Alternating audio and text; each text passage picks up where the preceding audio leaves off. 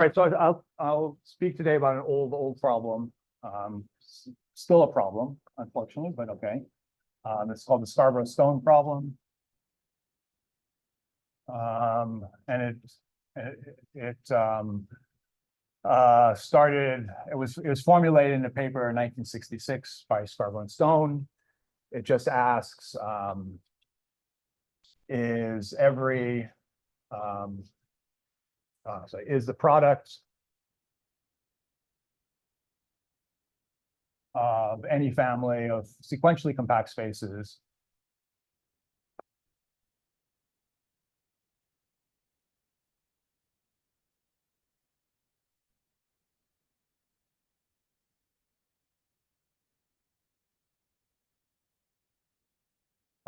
countably compact?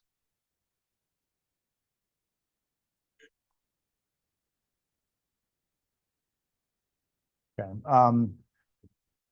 This is a Szeptycki seminar, a topology seminar, so I don't know if everyone knows all the definitions, but these are all the characterizations of compactness in Euclidean space or metric spaces. Every sequence has a convergent subsequence, is sequentially compact. And countably compact, you can talk about open covers, or you can also say every infinite subset has a limit point. Okay. So of course, sequentially compact spaces are countably compact. So this question was asked, which of course, asking about preservation of properties in products is natural. So there was actually a fair bit in the paper, a little bit at least. So from that paper, they proved that, for example, if you take countably many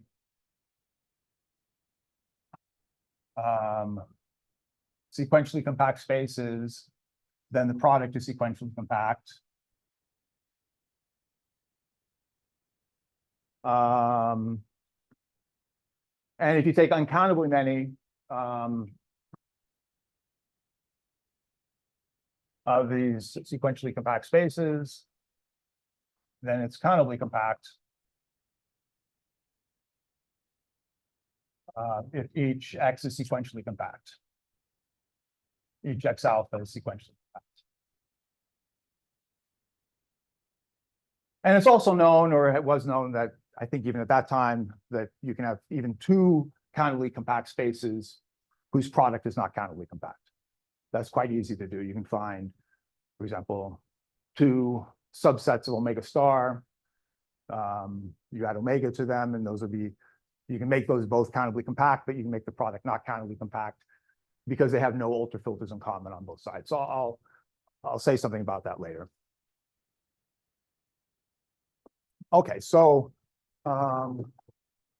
since this may, even though it's a well-known problem, I wanted to say a little bit about this before I talk about the problem I'm going to talk about, the variation. So the first thing is that the answer to the question is consistently no.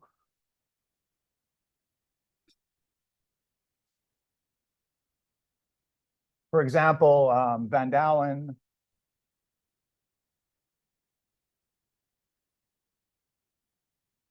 proved that if B equals C, then there exists a family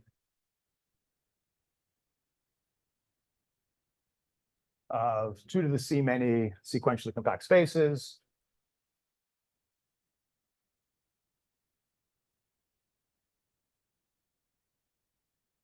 Whose product is not countably compact.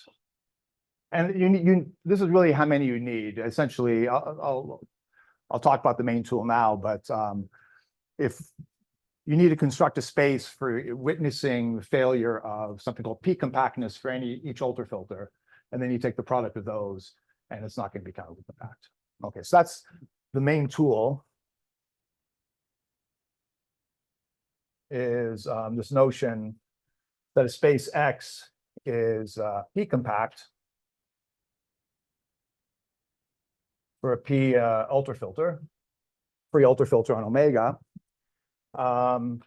If the expected thing, if you have a indexed infinite set or a sequence, a point is a p-limit if every neighborhood traces on the sequence in the ultrafilter p. Right? Okay. If so anytime you have a sequence xn,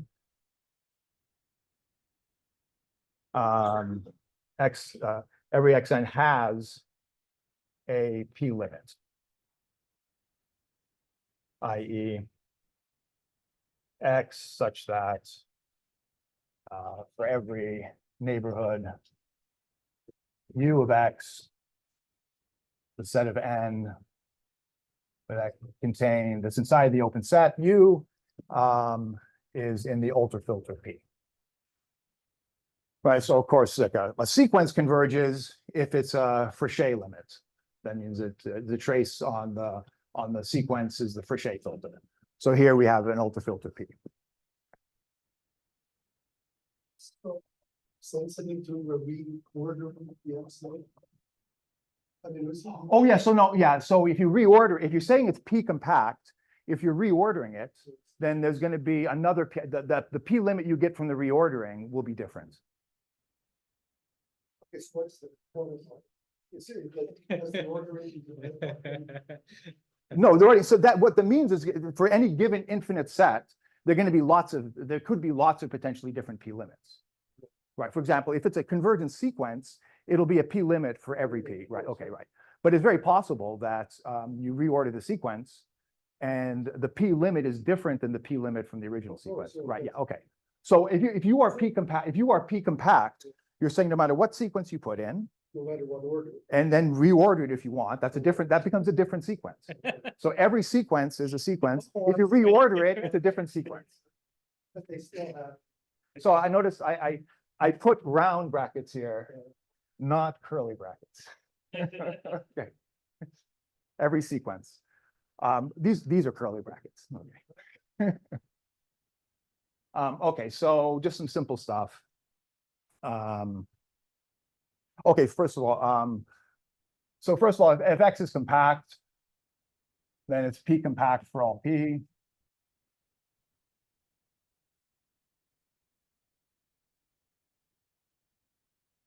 Right, take the sequence, and then for every element in the ultrafilter, look at that set, take its closure and take the intersection of those sets. Any point in that intersection will be a P limit. That certainly implies that there is a P, X is P compact. And that certainly then implies countably compact.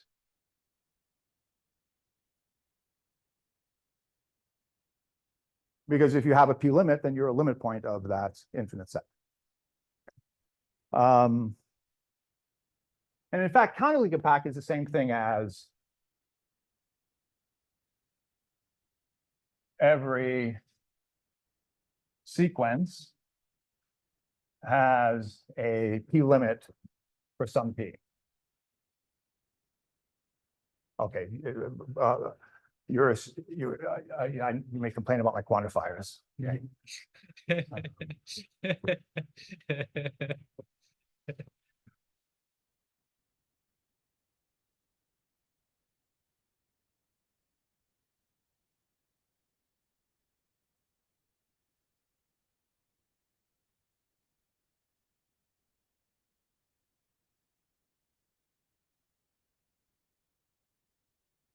Okay.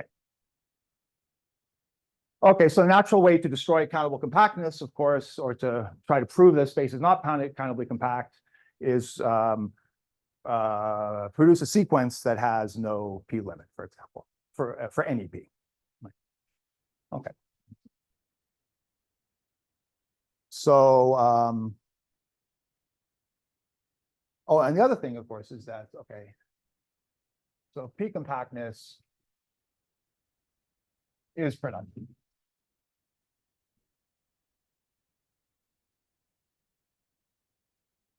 I'm not sure if that's obvious or not, but if I have a sequence in the product, take the coordinate sequences on each factor, produce a P limit on each coordinate, and put those together, and that will be a P limit in the product.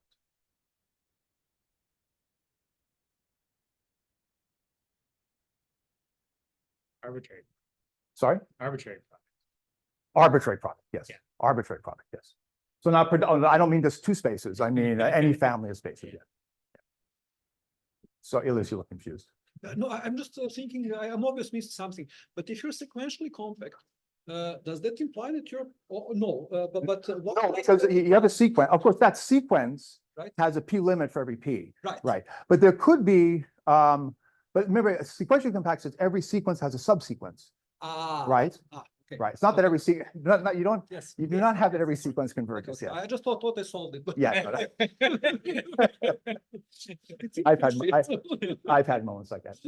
Other maybe simple observations which are worth noting later.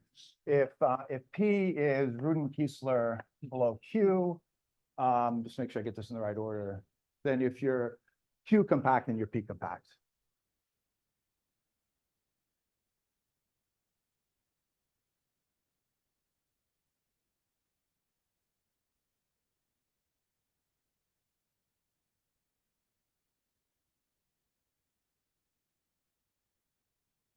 Okay, if you have not seen this before, I'm not going to give the proof. This is just a simple exercise. Keep yourself busy if you want. But that is relevant for something we're going to say later.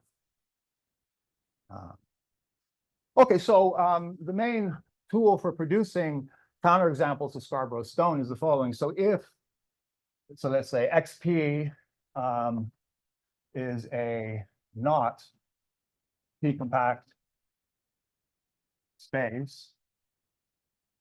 And you have one of these for each P and omega star, then the product of the XPs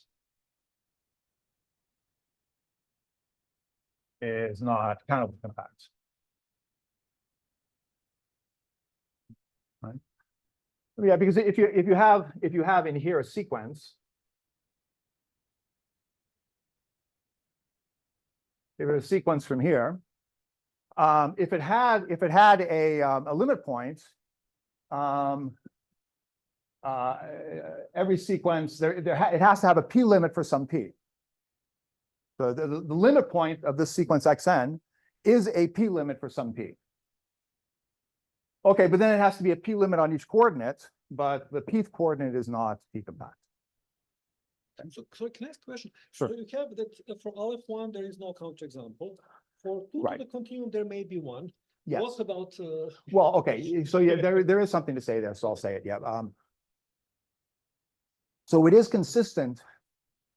So yeah. So if you know that if you have a family of spaces, and if every subproduct of size 2 to the continuum is countably compact, then the whole product is countably compact. Okay. So once you have that every subproduct of size 2 to the c. Okay. But there are, I'll mention the hypotheses later with which you get it. There are, well, I can almost say it now. So for example, in the Miller model, you have near coherence of filters. And in fact, what you have is you have continuum many p points, right? And every other ultrafilter is Rudin-Kiesler above, right? So if you can produce a sequentially compact, not p compact space for each of those p points, then you actually have a family of size continuum whose product is not p compact But what if because of this Rudin-Kiesler business here. Okay. Because if it's not p compact for that family, then it's not q compact for anything above, but everything in that model is above one of those p points. So it is possible to have just continuum many sequentially compact spaces whose product is not countable. So something like just products involving the Rudin-Kiesler structure can change whether you get this, right? Yeah. Yeah, if you have some like cofinal set, you take a product over it, then that's- So so this is this possibly could be overkill to do it for every ultrafilter. You just need sufficiently many, something which is Rudin-Kiesler dense, for example. Okay. Okay, so reformulation of the Scarborough-Stone problem.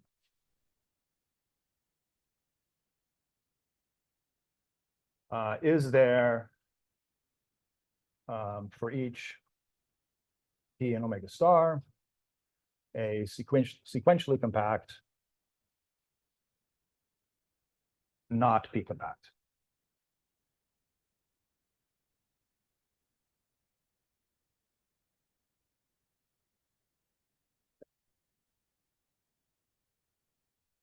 And so this, this is now what, how many? Oh, it's still, I'm a year older than this problem. Consistently, no, but there may be a ZFC. It's still not known if there's a ZFC counterexample, or maybe it's consistently true, but it's still an open question. I guess it was one of the problems listed in Michael and Justin's list of 20 problems in set theoretic topology. These are the problems we should all be working on.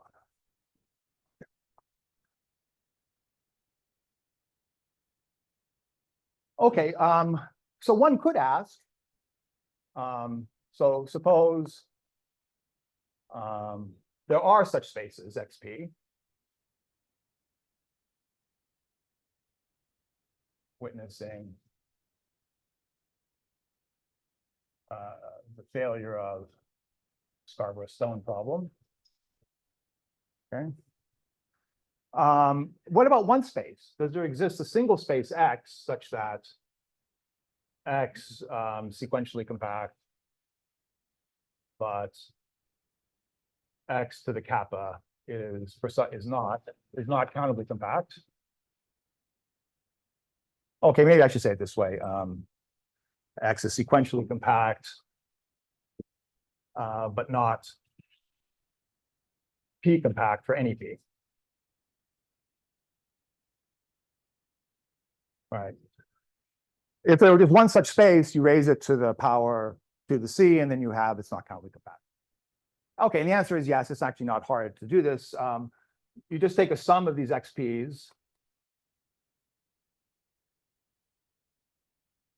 Then you add a point at infinity, which looks like a one-point compactification, but it's not a one-point compact. It just, the neighborhood of infinity just contains all but finitely many of these spaces. Then that is sequentially compact. If I have an infinite set that transverses, it converges to infinity. But if I have a sequence that lies in one of the pieces, because each piece is sequentially compact, it has a convergent subsequence.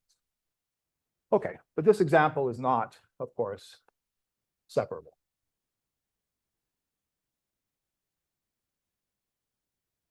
So that's the question I want to talk about today,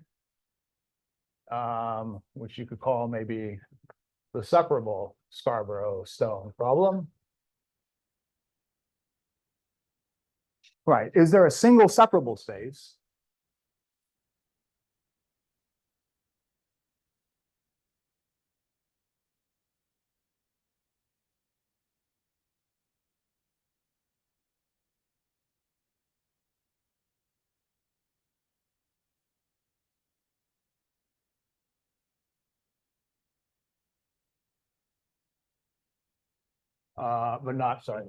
but not P compact for any P?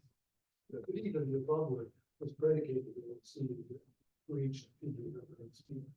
Sorry? Even that was predicated. Oh yeah, even that. So yeah, I haven't explained to you why. I haven't yet explained to you why for each P there's an XP. I'm not going to completely explain that answer, but I will describe I'll describe one way of constructing counterexamples to Scarborough-Stone. And if you understood the comments I made about the Miller model, then you'll see how to get counterexamples. So I will give you an example for any P point of character omega 1.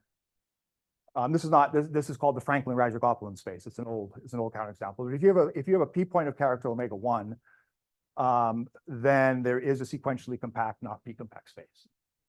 So then the NCF model will okay. Yeah. Okay. So that's the first. Actually, that's what I'll do right now, I guess. Let me see if that's what I want. Is there something else I want to say? Oh, maybe I want to say what else I'm going to say today. Okay, so So I'll describe those examples, what are called that were due to Franklin and Rajagopalan. So the Franklin-Rajagopalan space. I'll explain how, for example, in the model for near coherence filters and middle model, you can actually glue them all together, amalgamate them into a single separable space, right? So that means we also have a consistent no answer to this. So that's the first thing I'll show is that it's consistent that no to the separable Scarborough-Stone problem, that there is a counterexample. Oh, sorry. Oh, sorry. Consistently. Oh, okay. I reworded it so the negative answer of this one is the positive answer to the other one. So con, yes. Okay. Fine. We're all smart enough not to be confused by this. Okay. Fine. Secondly, partial answer.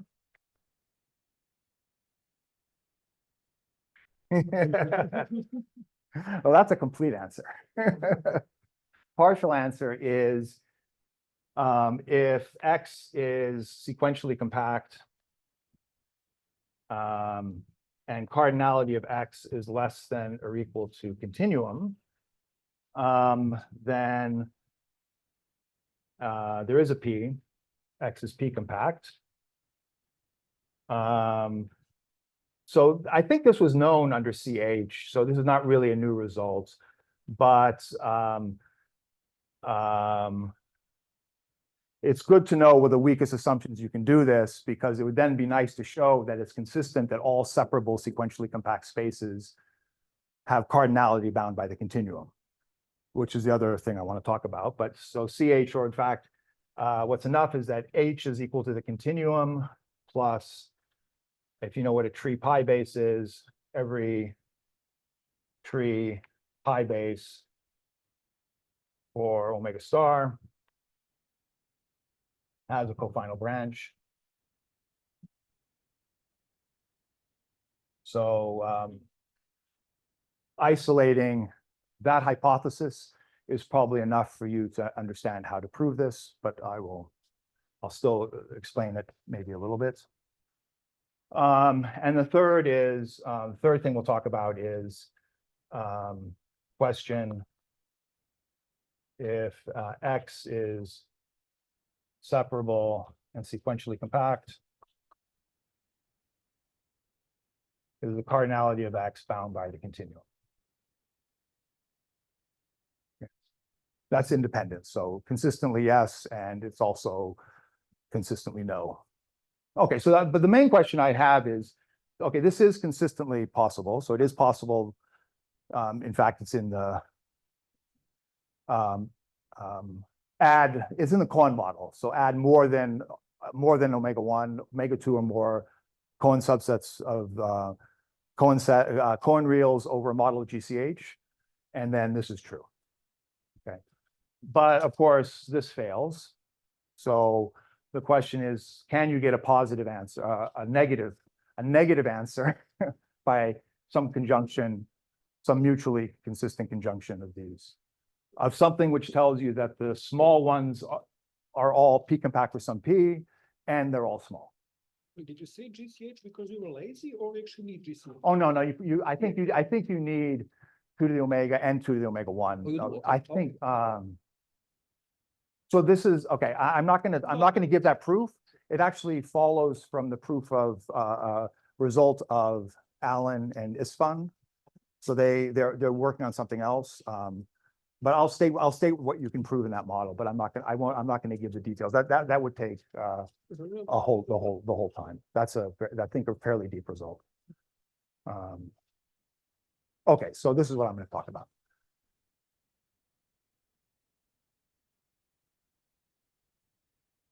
Oh, I don't know if I think I said it in my abstract. This is joint work with Allen and Cesar. Yeah. So and for the most part, so there's another project I've been working on a lot with Cesar and also with Coria here and others about higher dimensional versions of sequential and countable compactness, sort of Ramsey theoretic formulations of those. And we were wondering about a higher dimensional version of the Scarborough-Stone problem. And at some point, we thought this question about the separable version would clarify that, but then we realized it really had nothing to do with it. But it still seemed to be an interesting question. So other than the fact I think it's interesting, I don't have any other motivation. It seems relatively natural to ask it. Okay. Okay.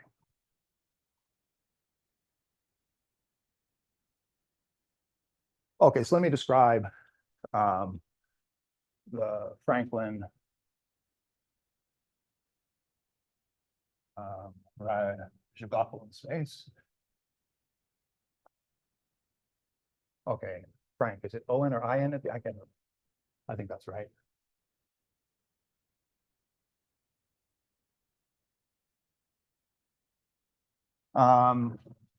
So we start off with a tower.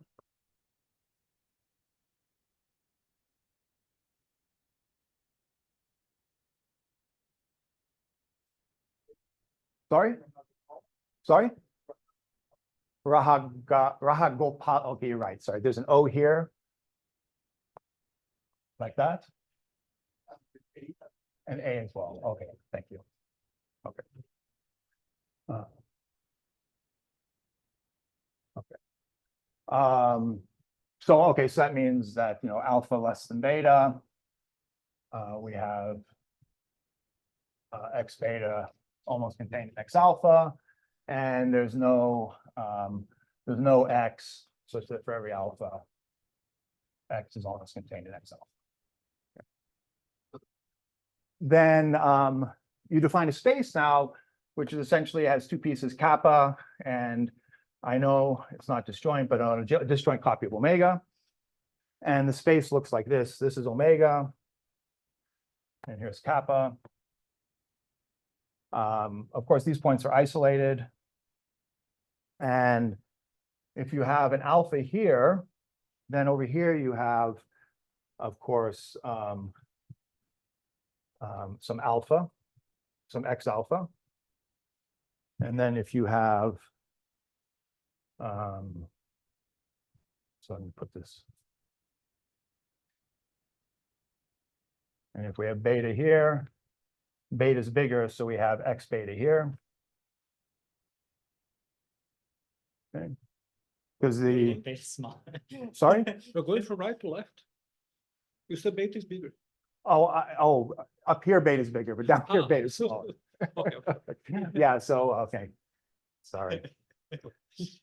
But we're okay, right? All right, I'm sorry, I apologize. Okay, and then so of course the neighborhoods of alpha, so kappa just appears as a homeomorphic copy of kappa with the order topology, so its neighborhoods look like neighborhood from alpha down to beta. And then so you want to take all those points, but then you take this difference down here, mod finite.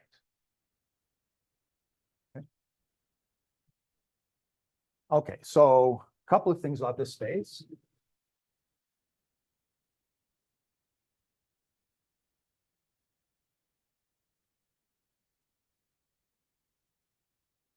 So it's very simple.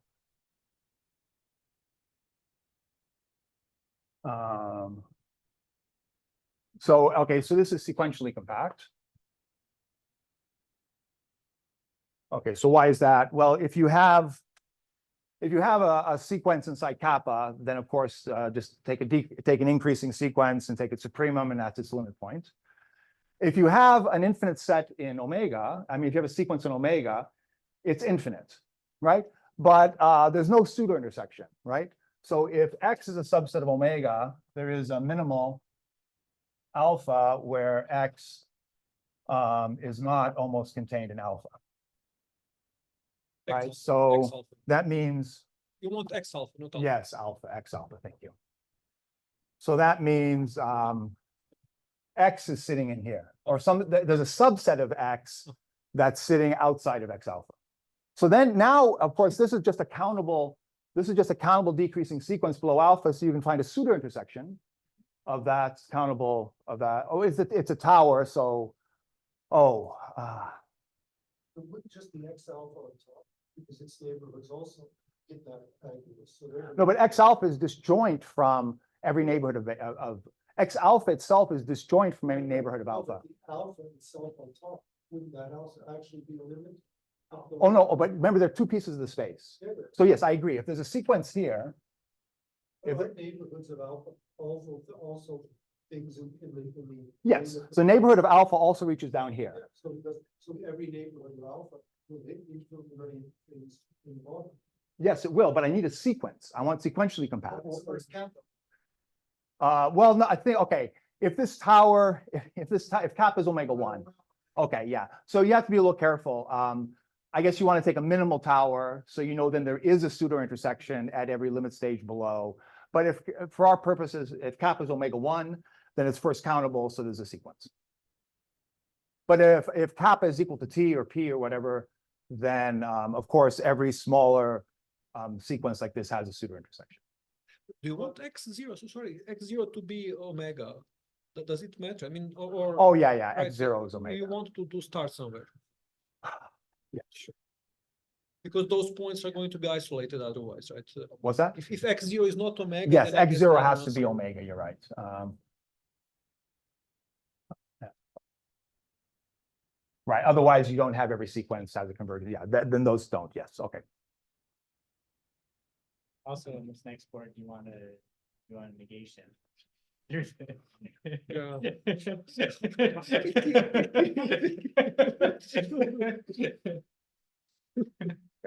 Sorry. No, that's good, no, at least I'm only failing, at least I'm either saying the right thing or writing the right thing. You only need the lower. There's always a possibility that I'm doing neither right and I'm thinking something else, but I've heard somebody that described about somebody else. So. Okay, but it's not, if you take any ultrafilter extending the tower, it's not going to be P compact for that ultrafilter. So any P that extends the tower. Okay, I'm going to stick with omega one. Just, but this works for any.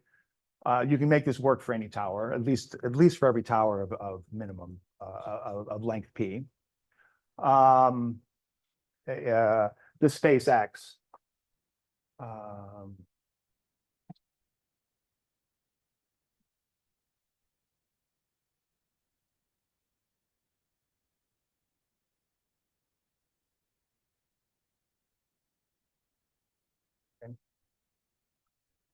Okay, so now you know why there are, it's consistent that there are a continuum many sequentially compact spaces whose product is not countably compact. In the Miller model, there's a continuum many P points and every other ultrafilter, and those P points have character omega one. So they're actually, this actually generates an ultrafilter. So we're not P compact. We have spaces which are not P compact for any of those P's among those P points, but every other ultrafilter lies above one of them. So it's that product, so it's not P compact for any P. Okay.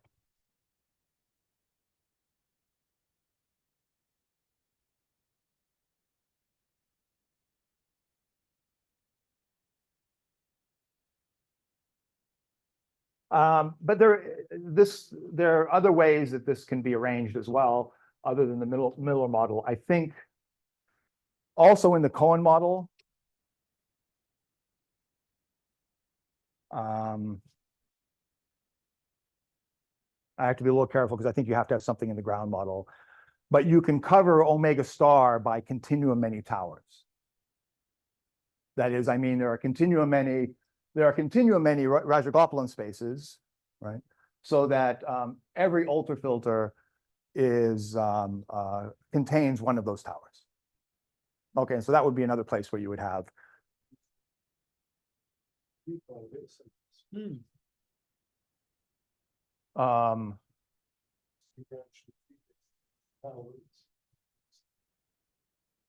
Yeah, but not every ultrafilter is extended tower. You can have some the branches in a tree pi base don't necessarily cover omega star. You also have those points which are in the boundary of each level.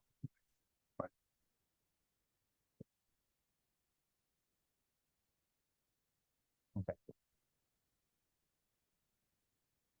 Okay, so the next thing I want to do is explain how to glue these together into a single separable space.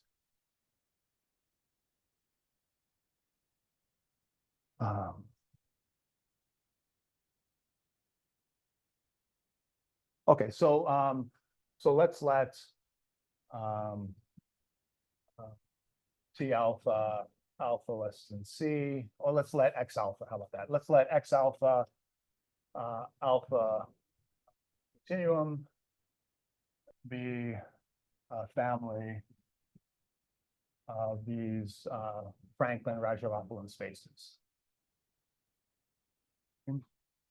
And I like to, then the claim is that there is a single X which is sequentially compact and separable. And for every alpha, X alpha embeds into X as a closed subspace.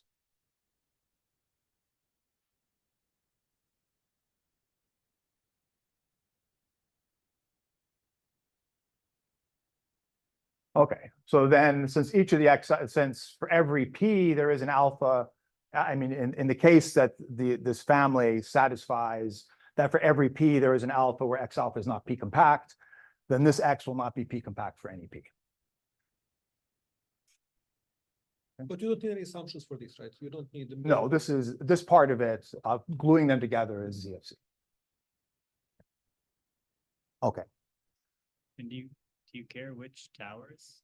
I mean, the space has a parameter like a tower, right? Yeah, no, it doesn't. It doesn't. In fact, I realized maybe as I was preparing this talk yesterday before, I was just trying to think if one can't forget about Franklin-Rajagopoulos spaces. Just if you have this some family of which forms a continuum size family which forms a counterexample to Scarborough-Stone, can you glue them together?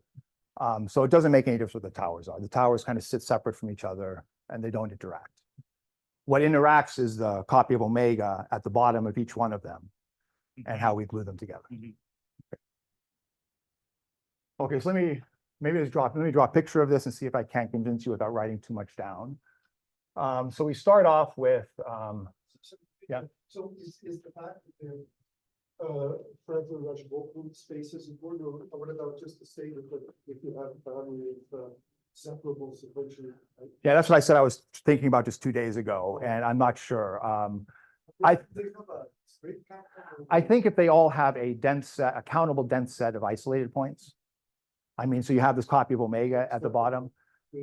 Yeah, each one, well, okay, first of all, if you have a sequentially compact space that's not P compact, then you do have a separable example of that.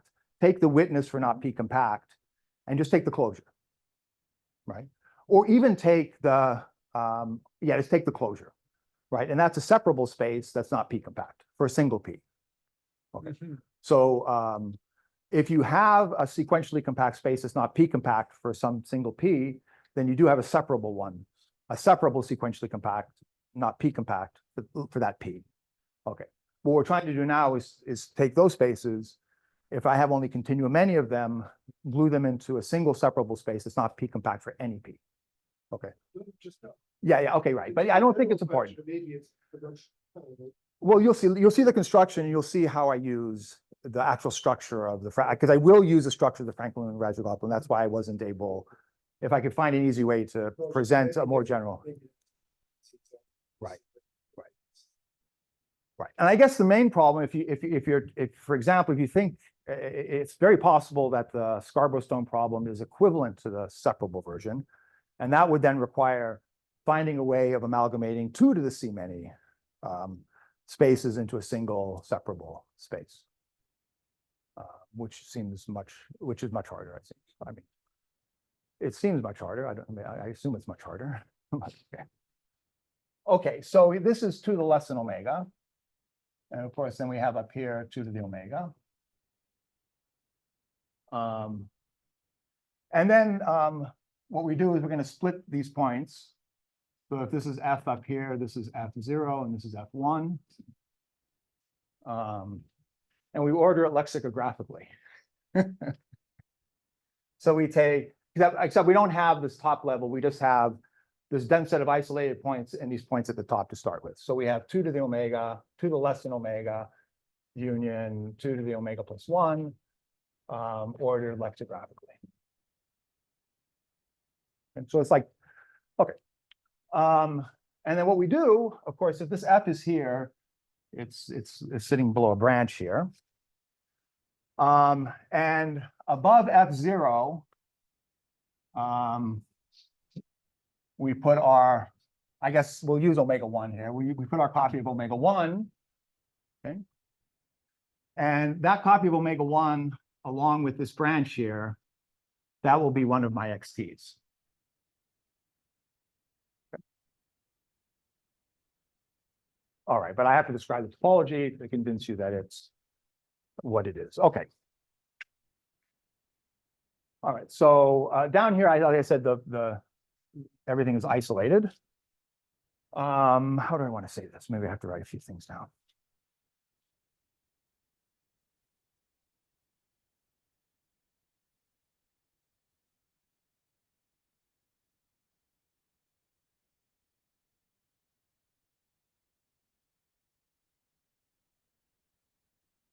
Okay, so we're interested in a point up here and what its neighborhood looks like.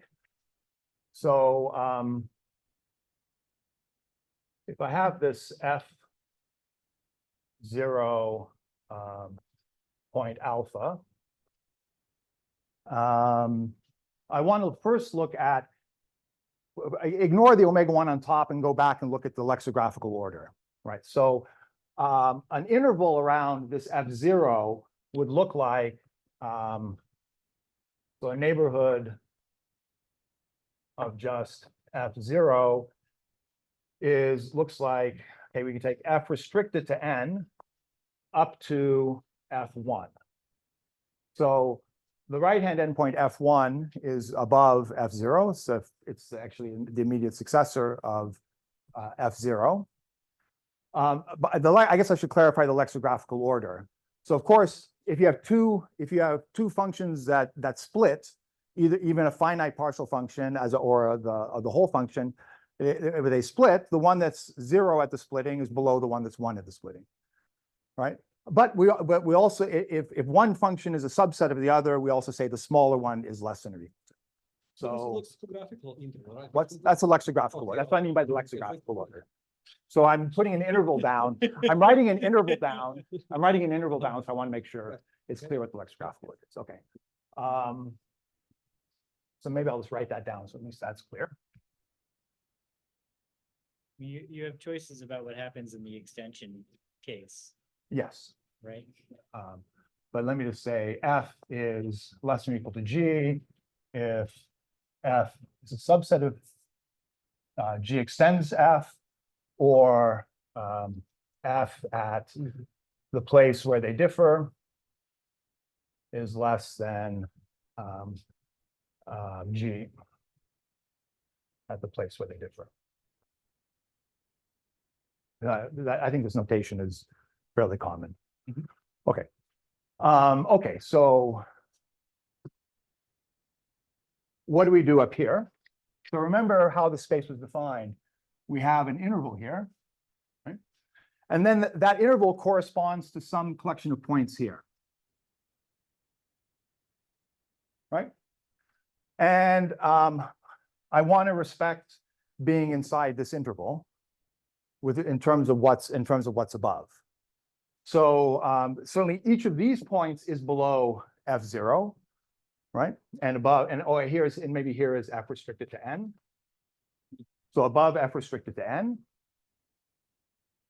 And then I guess it depends on what the splitting is at that node, right? Because you could have splitting like this, right? And then this point is less than F1. No, sorry. Yeah, well, it's less than F1 because it extends. Are F0 and F1 the same below omega? Yeah, they're the same below omega. But in the case where I have what do I want? Aha. In the case where I have this picture, oh no, you're right. Okay. Oh yeah, they're all below. You're right. They're all. That's not the issue. Oh, no, but a point like this point right here is above F1. Right, okay, so, right, okay. Okay, so for example, from here, I have, there's, okay, above this point, there's two ways it could branch. It could either, that below F0 is the zero branch, and then above here is the one branch. So then that's above F1, so I don't want to include any of those points. Okay.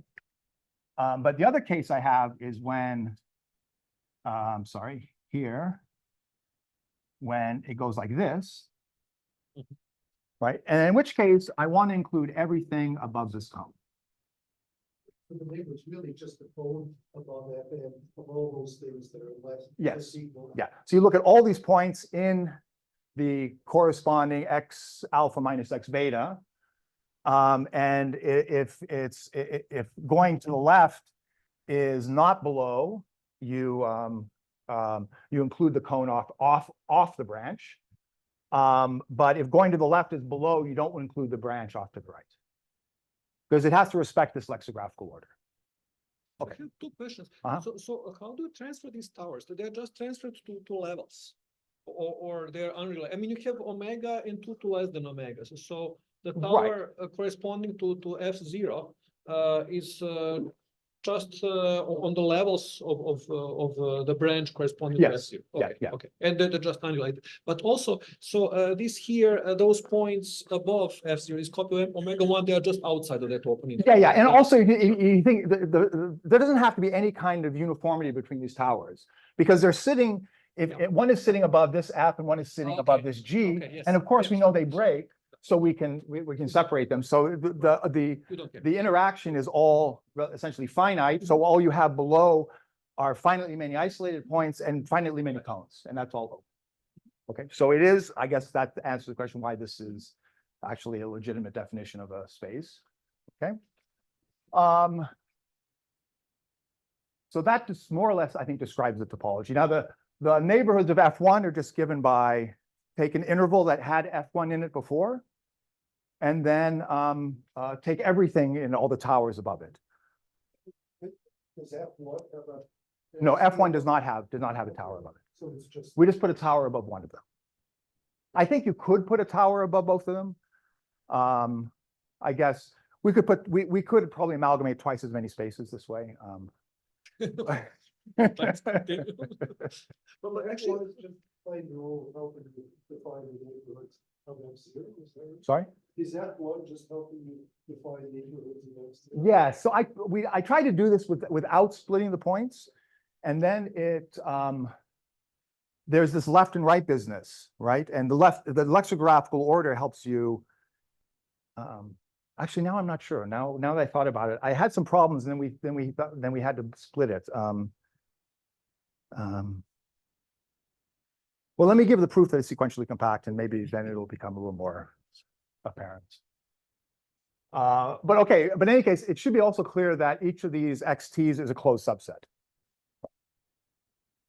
Right, because if you take a point off of that branch, there's a neighborhood disjoint from it, so that's okay. So it's so each XT is closed in this space X. Okay, so sequential compactness.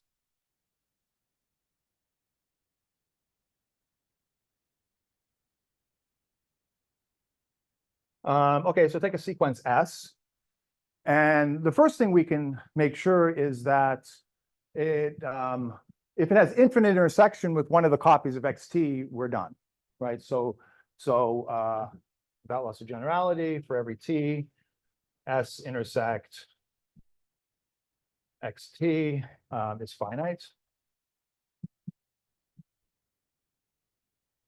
Okay. Okay, so then what? You can assume it's anti-chain, does it help? Yeah, no, essentially, yes. But I just want to introduce a notation, because remember, one of two things is going to happen. It's either going to converge to F1, right? Or it's going to converge to some point above F0. So I have to just keep track of this. Right, okay. Okay, right. So first of all, let's suppose that S is contained in 2 to the less than omega. Right? Then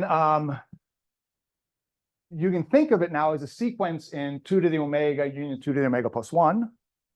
And so there's either a subsequence which is increasing and converging to F0, or decreasing and converging to F1. Right? So there is an F and either one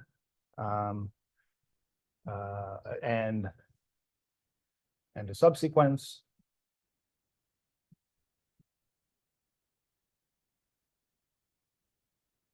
let's say S and K, such that either one S and K is increasing and convergent to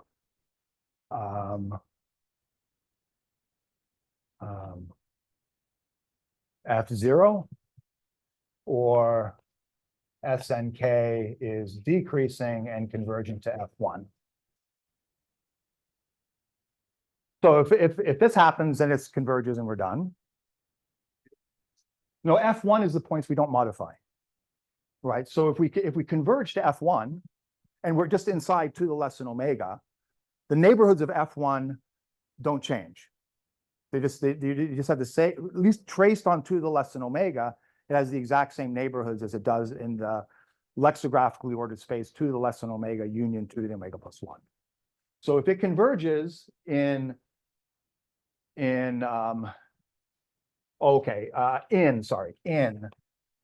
to the omega union 2 to the omega plus 1. So this convergence happens in this space. In the usual topology, then the topology at F1 restricted to this subspace is the same. So it still converges to F1. Okay. The neighborhoods of F1 are not determined by the towers.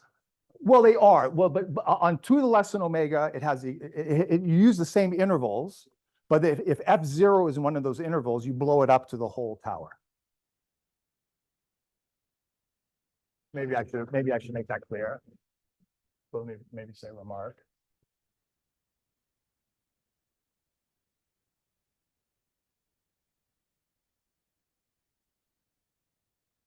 First of all, for every U open in 2 to the less than omega across 2 to the omega plus 1, you can take U bar just to be equal to the obvious thing. U blown up real good. Okay, where you replace each F0 by the whole copy of omega 1.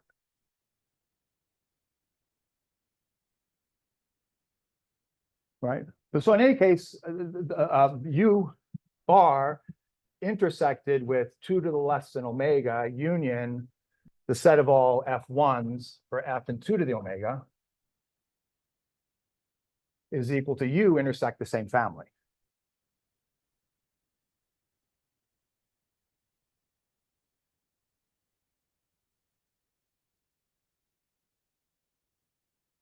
The trace of U blown up on the subspace is the same over here.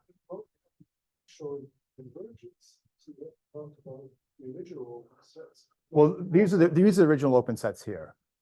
So okay, and okay, fine. The original open sets will form a base for the topology at the F1s.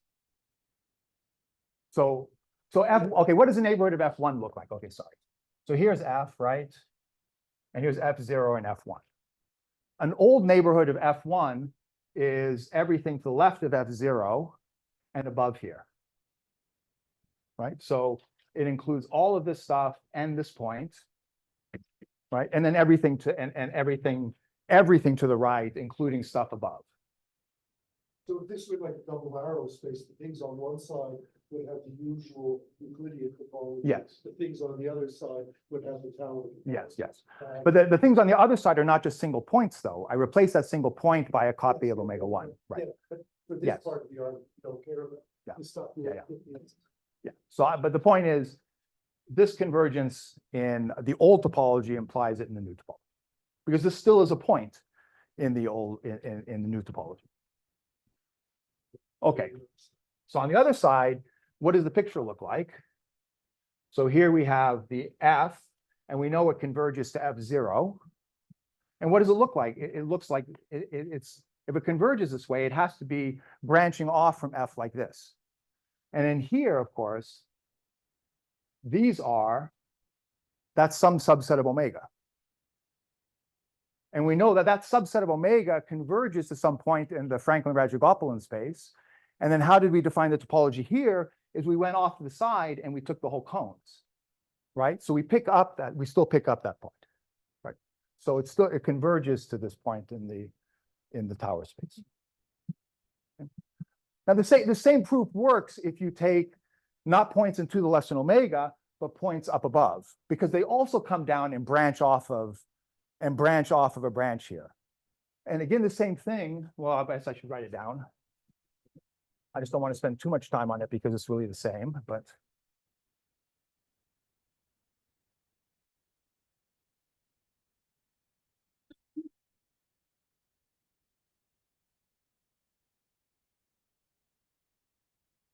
So otherwise we have some sequence which looks like this, Fn alpha n and an omega.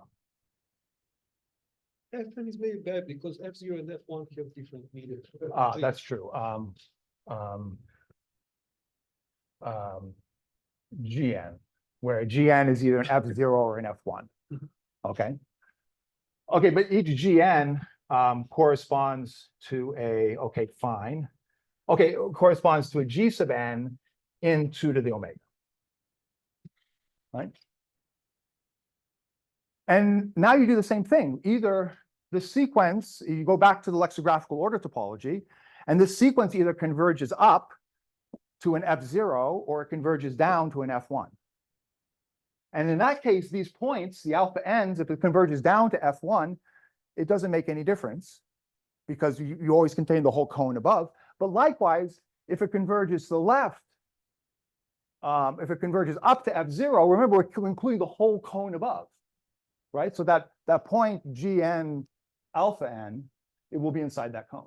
So you do the same thing. You bring that function down to where does it branch off F, and you find some subset of omega that determines what the alpha is in the tower space that you converge to. So it's really the same proof. You reduce the G sub n's to a subsequence which behaves in the same way. And then you produce a limit point in the same way. But I don't see where you used anything about this space. I mean, it's just separability. You just have continue many separable spaces. Well, I'm using, I'm also using that this lexicographical order space is sequentially compact. Right. Right, okay. Or it's, it's actually a compact ordered space. Right. Yeah. So what are you concerned about? Well, I'm not concerned. It just seems to me that, but I think you said that you thought the same thing. Oh, yesterday. right, yeah. So But, no. But I didn't. Yeah. So I think you do the same thing. You have to come down here and you find these points. And I think you're right. I think you're right. That doesn't really. You're both right. Yes. Okay. But why the duplication? What? Yeah. Now I don't know. I have to think about it. Let me imagine. I have to imagine now if I just put this point on top of a single point on the top. No, the duplication would be. Yeah. The convergence from the top. Because you follow, taking stuff to the left. Oh, right. Yeah. Okay. The point is you Okay. can't converge from the top to F0. That's the wrong topology. Oh, So okay. you gotta have these strange 2 points. Yeah. Okay. I think that's right. I'm. There was a reason, and that sounds right, but I can't think straight right now. So I thank yours for the comment. All right. So I think that's all I wanted to say about that space. Okay. So then when I was preparing my talk, my batteries ran out on my iPad, so I started writing paper. Okay. How much time do I have? 30 minutes. Oh, okay. I have half an hour still. Okay. I don't know how much I can do, but okay, let me start just with the other thing I said I was going to mention.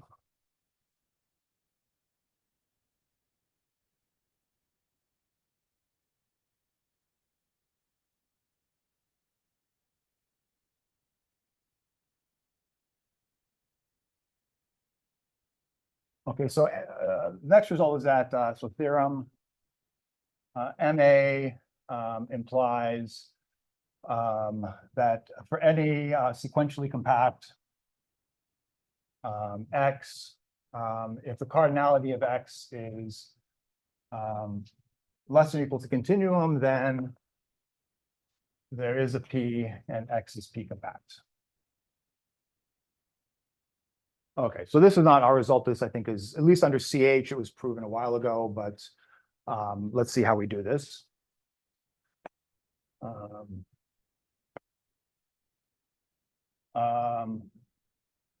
Okay, so let's enumerate all the sequences.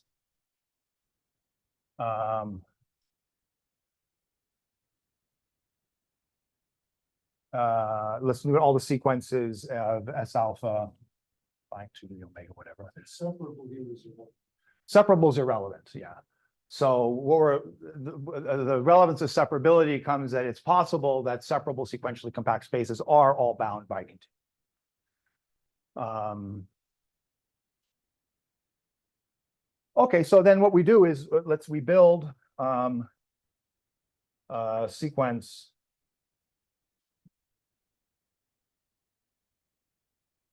A alpha of mad families.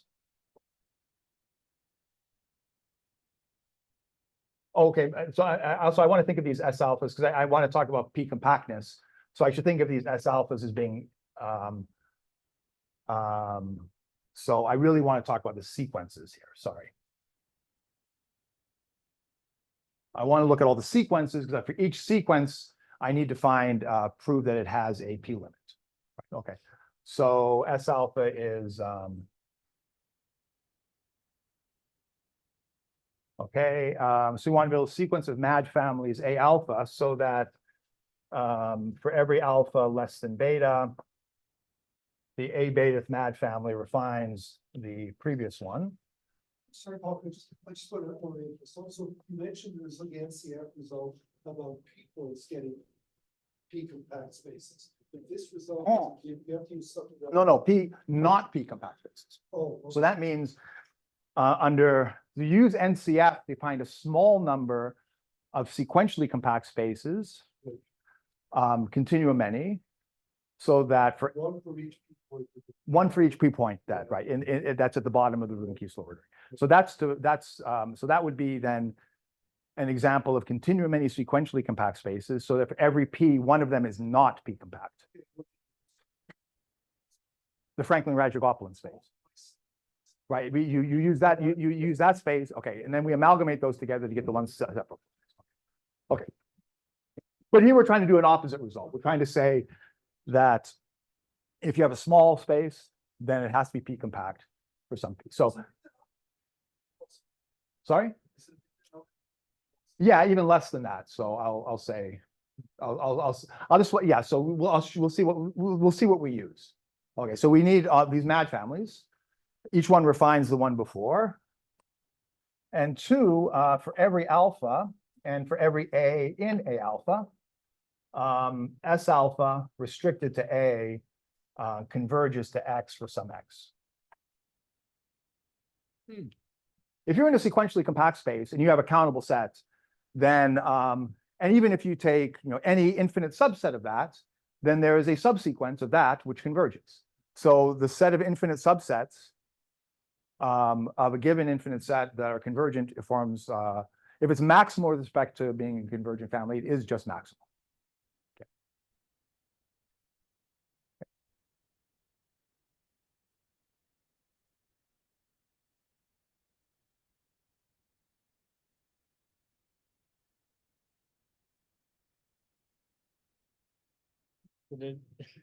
I'm complaining about dumb things again. Okay, no, There's please, there's an M over here that Oh. seems like there shouldn't be an M. Where is there now? These are just almost disjoint families. They're not They're mad. I want them to be mad. I want them to be maximal. all of the families. All of the families are maximal. So start off with your first sequence. So what's the relationship between the? Oh, this is a refined, oh, okay, this means, Downwards, okay. yeah, so the larger one, so it means Uh-huh. every set here can, so what you're doing is when you Oh, go it's a up, you refined take an one. almost disjoint you take one of your sets of almost disjoint family, and you look at the next sequence and you split it into, so Yeah. you're found, okay, you keep it alone if it's already convergent with respect to the next sequence, but otherwise you partition it. Uh-huh. Okay. into a I was maximum just disjoint confused family. about the meaning of this, squiggly less than. Yes, okay. Which I means many think- people else are. Okay, so let me, so I mean, if I have two almost disjoint families, what I mean by this is that for every B and B, I'm the only one. sorry? Not to complain. yeah, I'm building a tree pipe. Exactly, okay. Okay, I won't, okay, if somebody needs, yeah, it just means that, I think you said it out loud. okay, good, fine. I said the quiet part out loud. Okay. And okay, that's fine. Yeah, and essentially what I want is that if I look at all of these, alpha less than continuum, I can do this under Martin's axiom to length continuum. This forms a tree pi base for omega star. You just have to do a little bit more work to enumerate all the subsets omega to make sure you refine one of them as well. Okay, well, under Martin's axiom, every such tree pi base has a cofinal branch. Right, so let B be a branch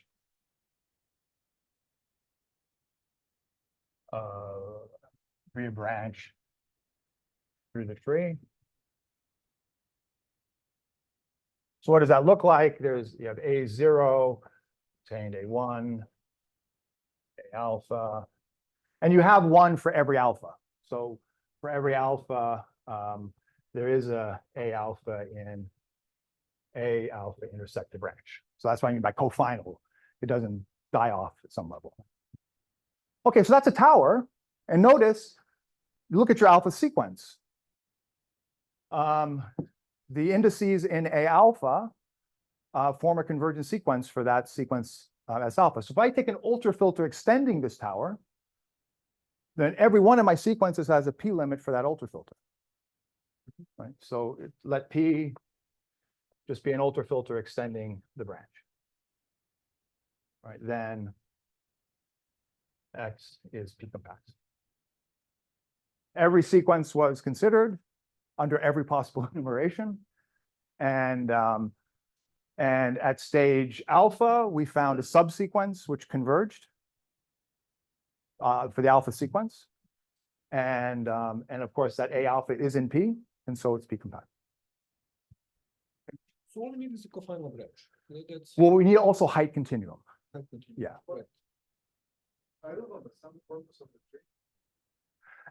I guess it doesn't have to be a tree. It doesn't have to be a tree pi base, but you need to enumerate. You need a continuum many of them to go through every sequence. Yeah, but you can just grab an index for which the sequence converges, then go to the next one, grab a subsequence, Right. and if you're in a limit step, if P equals T, then first you grab a certain intersection. Right. And it's that certain intersection. Right. So if P equals C, it works. But this is a weaker hypothesis.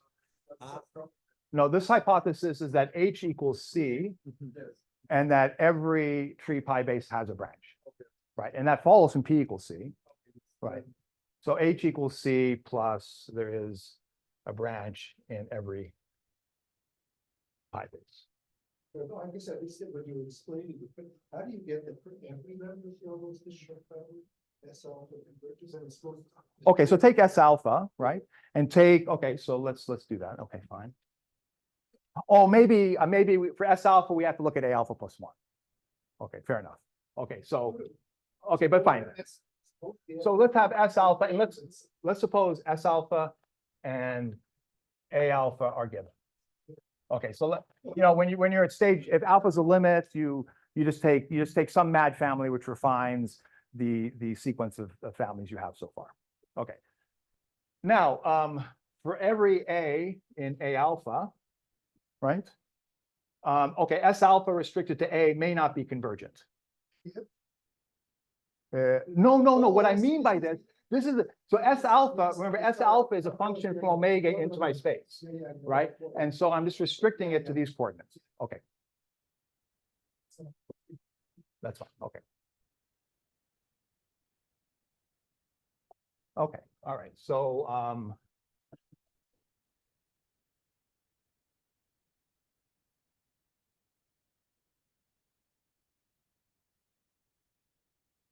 I don't, I would, the second main example I wanted to do, I don't have time, maybe I do, I'll see. Okay, so question, is, okay, this would be nice.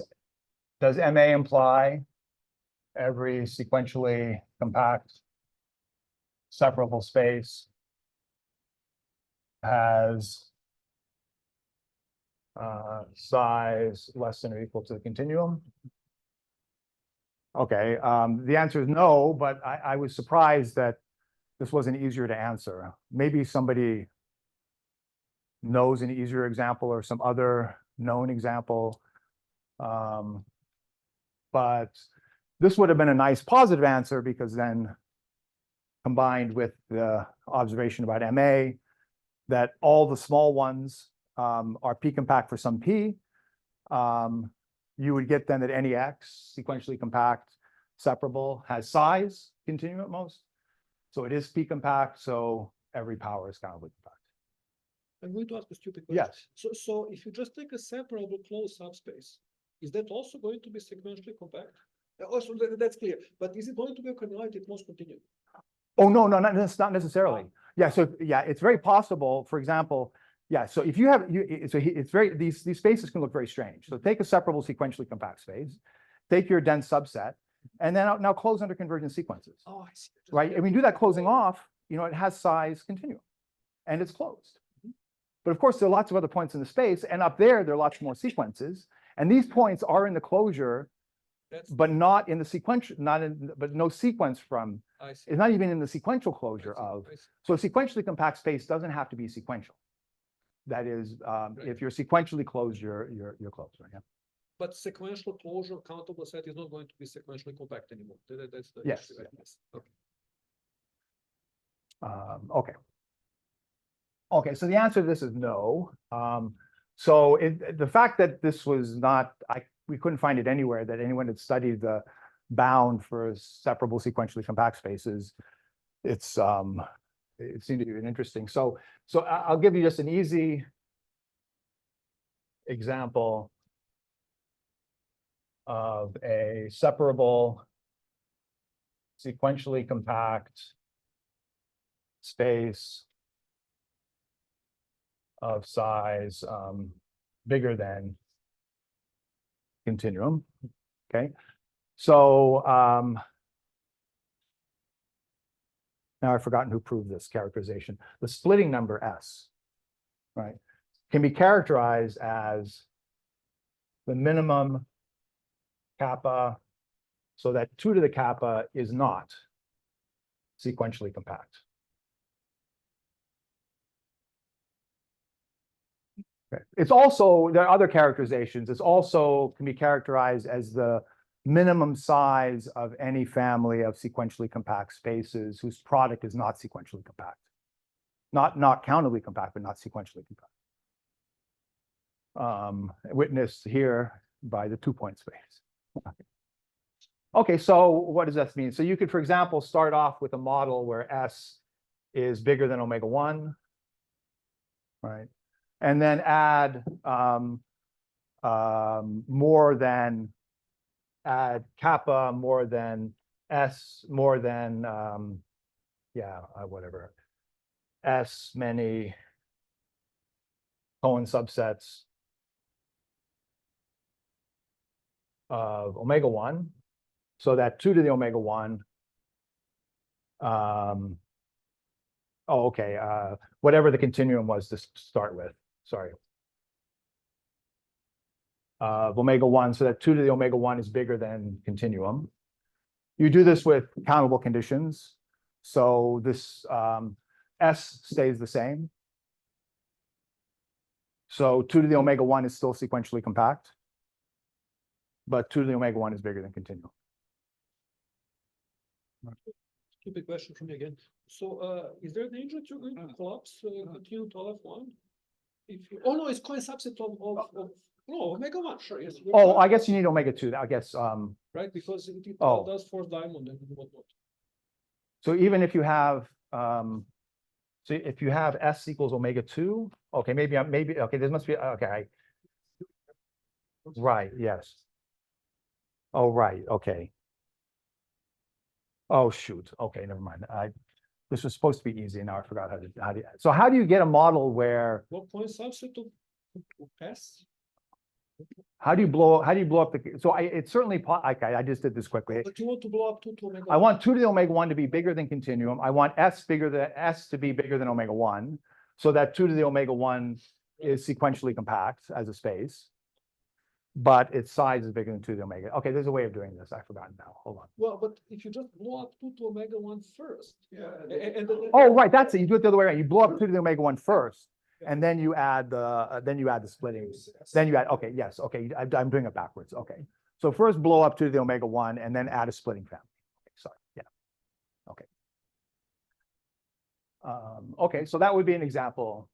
So and of course, it's a weird space because, I mean, it's not weird, it's very simple space, but in terms of being in terms of sequential compactness, it seems odd.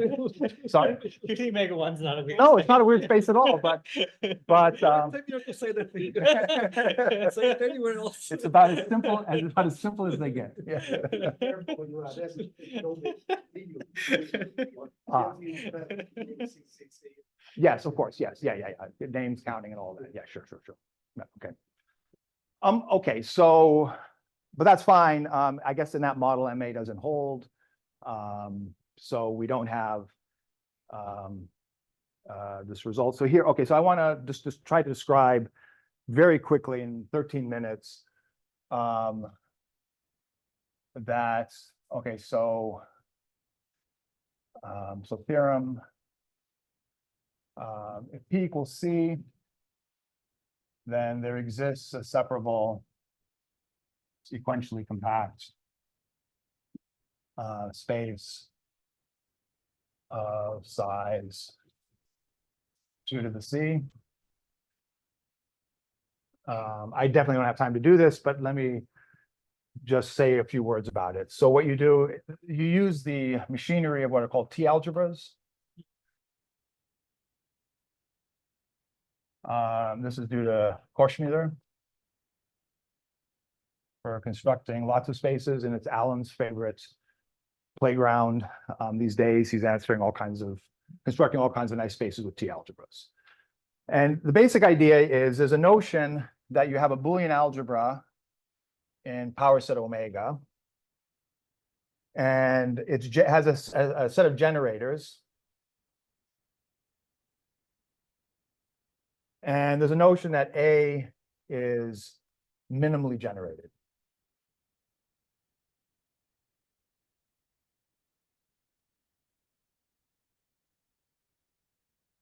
Okay, and what that means, it means that for every alpha, if you look at A alpha plus 1, A alpha plus 1 is this Boolean algebra A alpha, which is generated by the A betas for beta less than alpha. And of course, A alpha plus 1 is formed by adding in A alpha, little a alpha to the Boolean algebra, capital A alpha, and generating it. And this is a minimal extension.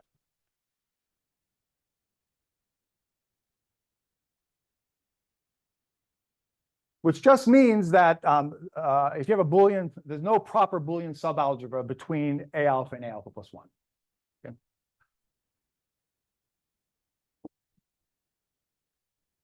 And there's a number of curious things about this. So some remarks. If you're in this situation, then there is a unique A alpha ultrafilter, which you can call U alpha, that doesn't generate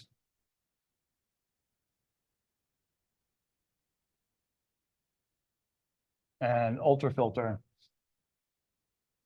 in A alpha plus 1.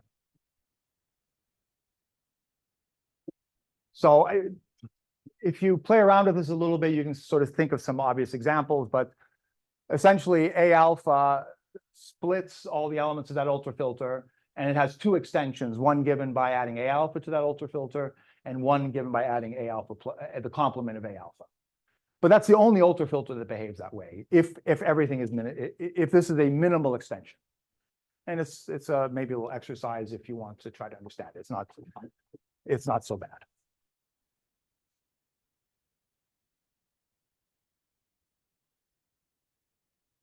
Okay, so the notion of a T algebra is you take some T. So in our case, we'll let T just be equal 2 to the continuum. We're using P equals C in this construction. And we label it.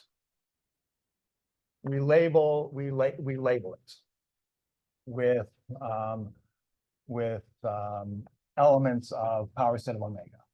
So what does the labeling look like?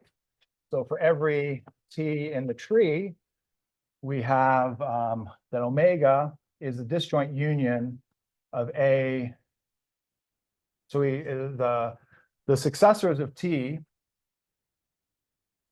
is a partition of omega. So that means that you don't label the limit ordinal. You don't label the ordinals in the limit level. You only label the successor levels. There is no relation between these A's and those A's. Yeah, there is. So in addition, for every T in the tree, if you look at AT, which is a set of all of these AS's for S less than T, I'm being sloppy, of course, this is only defined for S's in the successor levels. This is a minimally generated Boolean algebra in the same sense as that up there.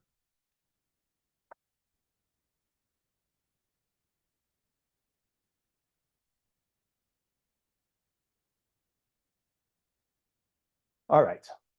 I don't have the time to go through the details like these things, but the Stone space of the whole Boolean algebra is a compact space.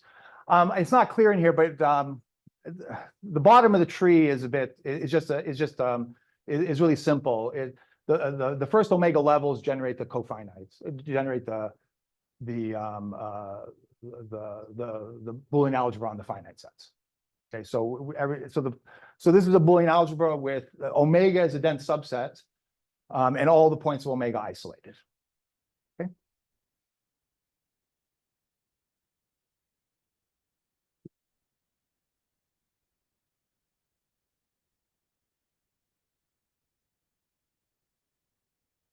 Now, it's not obvious the way it's set up, but AT itself is itself minimally generated.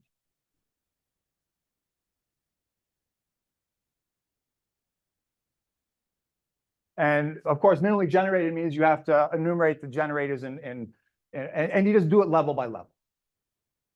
Okay, and you can check that it's minimally generated. The other thing is that the Stone space of this thing, what does it look like? Of course, we have omega, and then we have a bunch of ultrafilters, and those ultrafilters are determined by the branches.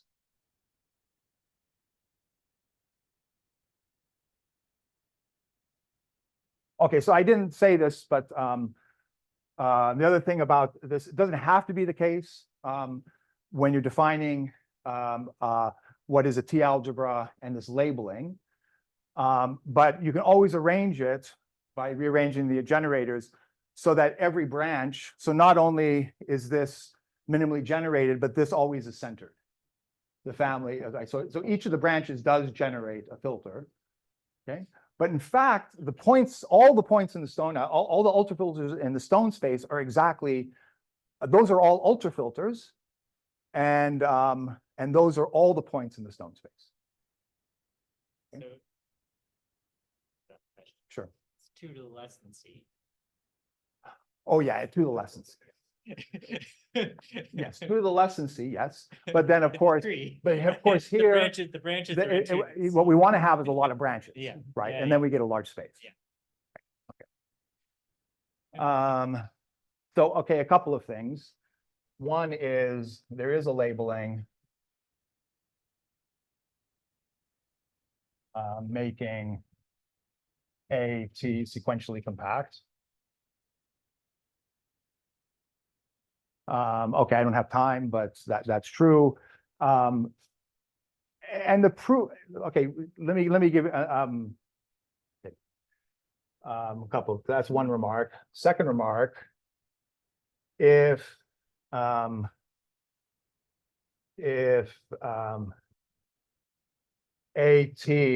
oh, okay. If there is a labeling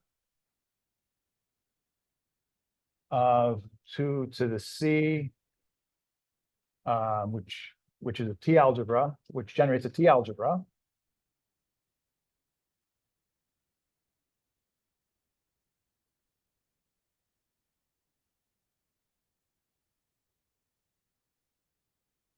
And if T subset of, there are too many T's running around here, of course. Okay, I'll say S is a subset of 2 to the less than C is Kurepa,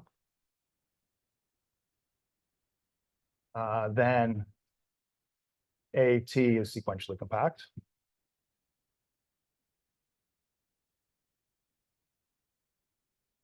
And actually raises a question that I think maybe Ilias or other people I asked recently, does PFA imply there exists a Kurepa tree? I don't know. It should, but I don't know. But okay, so because under MA or other things, there are, T algebras labeling 2 to the C. A Kurepa tree has a lot of branches. Oh, sorry. Not a C Kurepa tree. A C Kurepa tree. So the levels have cardinality less than continuum, but you have more than continuum many branches. Now the key factor of the Kurepa tree that tells you it's sequentially compact is you can't embed any Cantor tree into it because of the countable levels. So we also have a notion of a Cantor Kurepa tree. So let the levels be large, right? But is there a C Kurepa tree that doesn't embed any copy of the Cantor tree? Because you use the Cantor tree to build, and you need, of course, a branch. We need a branch to generate an ultrafilter. You need a maximal branch. And so if you're embedding this, trying to embed a Cantor tree, there's some branch which is not in there, and that ends up being the limit point of some sequence you're building. So you can use the Kurepa tree to do all the work for you if you want to get sequential compactness, or you can work to construct a specific one. And I don't know what else I want to say. Oh, remember I should say one more thing just to convince you it's not so esoteric. Remember our Franklin-Rajagopalan space?